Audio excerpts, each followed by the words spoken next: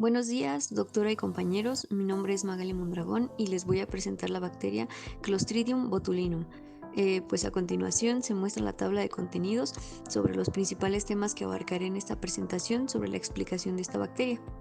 Y bueno, para comenzar, la Clostridium botulinum es una bacteria gram positiva que pertenece al amplio género de las Clostridium.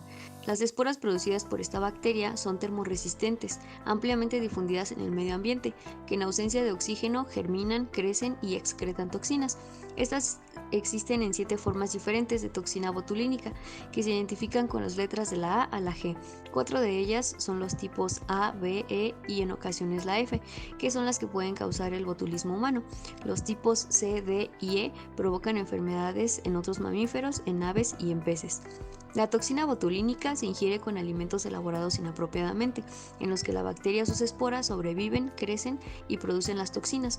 La importancia del botulismo para la industria alimentaria se debe a la amplia distribución de las esporas de Clostridium botulinum en el medio ambiente, así como a la alta resistencia de las endoesporas a las tecnologías de procesamiento de alimentos y su capacidad para crecer y formar neurotoxinas botulínicas en los alimentos. Es una de las bacterias de este grupo que más ha sido estudiada y fue aislada por primera vez por Emily Van en el año de 1896. El género Clostridium está clasificado en el reino Bacteria, división Firmicutes, orden Clostridiales, familia Clostridiaceae, y es importante mencionar que en las últimas 3 décadas el género Clostridium se convirtió en una colección de más de 200 bacterias heterogéneas, incluidas las no esporádicas. La Clostridium botulinum es una bacteria que se encuentra distribuida ampliamente por una gran variedad de ambientes en todo el planeta. Se encuentran principalmente en suelos y en aguas no tratadas de todo el mundo. Esta bacteria produce esporas ampliamente presentes en el medio ambiente, incluida la tierra, los ríos y los mares. De forma general, se puede afirmar que se encuentra en ambientes con poca o ninguna disponibilidad de oxígeno.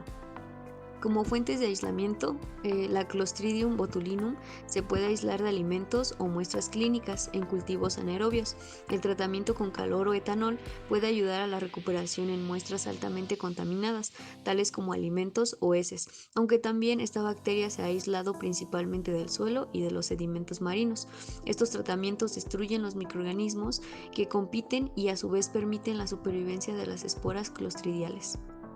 Y los factores que afectan la sobrevivencia y el desarrollo, en general los factores más importantes que limitan pues el desarrollo y la supervivencia de la bacteria Clostridium botulinum son el pH, la temperatura, el tratamiento térmico, la concentración de la sal.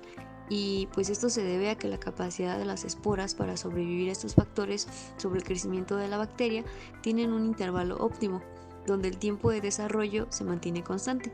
Es por ello que en la siguiente diapositiva les muestro una tabla. Esta tabla está dividida principalmente en 4 tipos de toxinas producidas por la bacteria Clostridium botulinum, así como su actividad proteolítica, que consiste en los organismos que digieren partículas de gelatina, leche y de carne en cultivo. Como se puede observar en la tabla, la temperatura óptima de desarrollo del grupo 1 y 2, que son de interés ya que son los que pueden producir el botulismo humano, el rango de temperatura para el grupo 1 es de 37 a 42 grados centígrados y para el grupo 2 de 30 a 35 grados centígrados. Se observa también la temperatura mínima para que puedan desarrollarse, así como un pH en ambos grupos en un rango de 4.6 a 5. Por otro lado, también se observa que se requiere una actividad de agua muy alta, es decir, que los alimentos son con una gran cantidad de agua en su composición. La Clostridium botulinum es una bacteria anaeróbica. Como había mencionado ya anteriormente, significa que solo va a desarrollarse en ausencia de oxígeno. El botulismo de transmisión alimentaria se produce cuando la bacteria crece y genera toxinas en los alimentos que se consumirán. La toxina botulínica se ha encontrado en diversos alimentos. Estos incluyen conservas vegetales con un bajo grado de acidez, tales como judías verdes, espinacas, setas y remolachas, así como también pescados. Aquí se incluye pues el atún en lata y pescados fermentados, salados y ahumados, y productos cárnicos como el jamón y las salchichas. Los alimentos contaminados con toxinas botulínicas difieren de un país a otro y reflejan asimismo también los hábitos locales de alimentación y de conservación de los alimentos.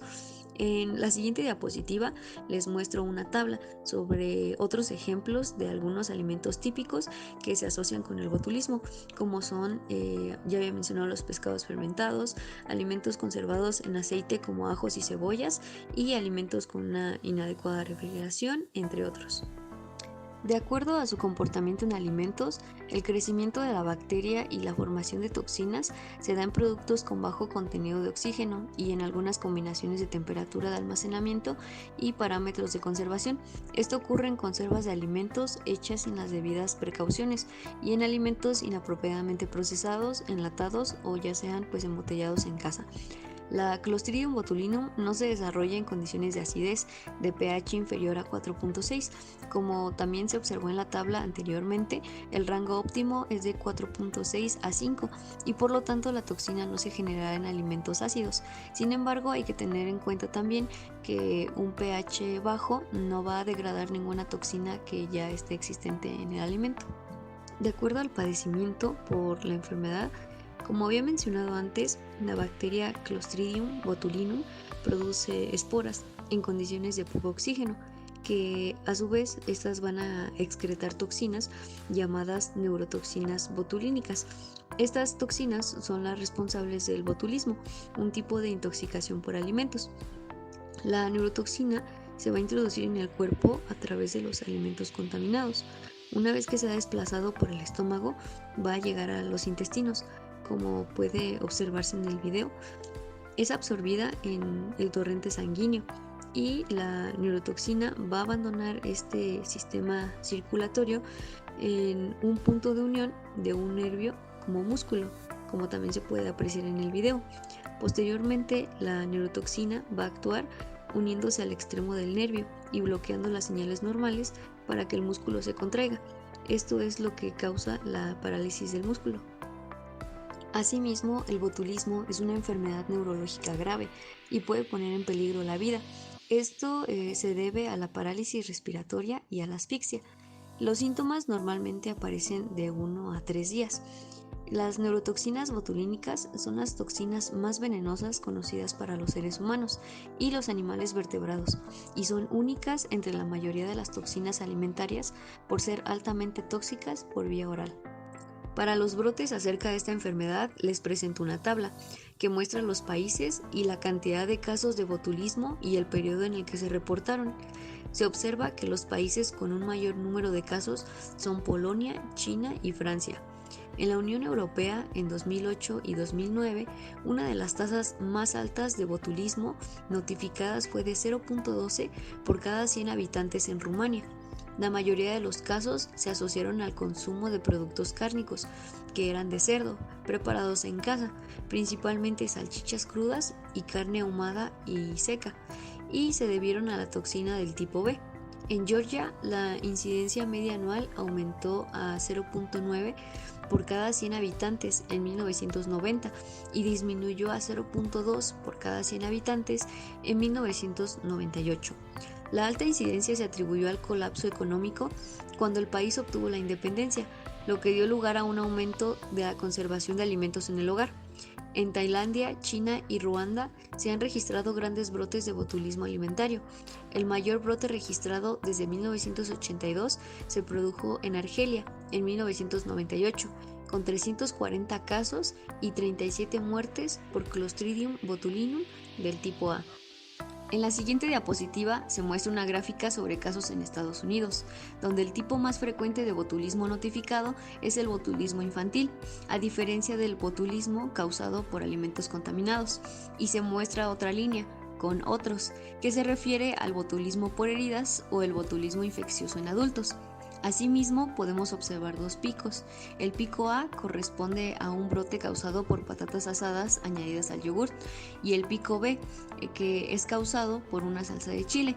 La diferencia entre el botulismo infantil y el causado por alimentos contaminados es muy grande, ya que hay más casos de botulismo infantil. El botulismo infantil, que se reconoció por primera vez en Estados Unidos, se produce en bebés de menos de 1 año de edad, más a menudo en bebés de menos de 35 semanas. Tan solo de 10 a 100 esporas pueden causar la infección. Un dato interesante acerca de esto es que mientras que la mayoría de los casos de botulismo notificados en Estados Unidos son de botulismo infantil, la mayoría de los casos notificados en Inglaterra y en Gales en los últimos años han sido de botulismo en heridas. La prevención del botulismo de transmisión alimentaria se basa en las buenas prácticas de preparación de los alimentos, en particular durante el calentamiento o esterilización y la higiene. El botulismo de transmisión alimentaria se puede prevenir mediante la inactivación de la bacteria y sus esporas en los productos termoesterilizados, por ejemplo, utilizando hornos de esterilización o enlatados o en la inhibición del crecimiento bacteriano. La ebullición puede destruir las formas vegetativas de la bacteria, pero las esporas pueden seguir siendo viables tras horas de ebullición, aunque es posible matarlas con tratamientos a muy altas temperaturas como en el enlatado comercial. La pasteurización comercial, incluidos los productos pasteurizados envasados al vacío y los ahumados en caliente, no siempre este tratamiento es suficiente para matar todas las esporas y por consiguiente la inocuidad de estos productos se deberá basar en la prevención del crecimiento bacteriano y la producción de toxinas. Es por esta razón que las combinaciones de baja temperatura de almacenamiento y contenidos de sal o del pH se utilizan para prevenir el crecimiento de la bacteria o la formación de la toxina. Por lo general, el diagnóstico se basa en la historia clínica y en el examen clínico, seguidos de la confirmación de laboratorio, especialmente para demostrar la presencia de la toxina botulínica en el suero, en las heces o en los alimentos, o un cultivo de Clostridium botulinum de heces, heridas o alimentos. En ocasiones, el botulismo se diagnostica equivocadamente, ya que suele confundirse con accidente cerebrovascular u otras enfermedades. La antitoxina se debe administrar lo antes posible tras el diagnóstico clínico. La pronta administración es eficaz para reducir las tasas de mortalidad. Algunos casos de botulismo requieren un tratamiento de apoyo, especialmente ventilación mecánica, que pueden ser necesarios durante semanas e incluso meses. Los antibióticos no son necesarios, excepto en caso de tener un botulismo por heridas.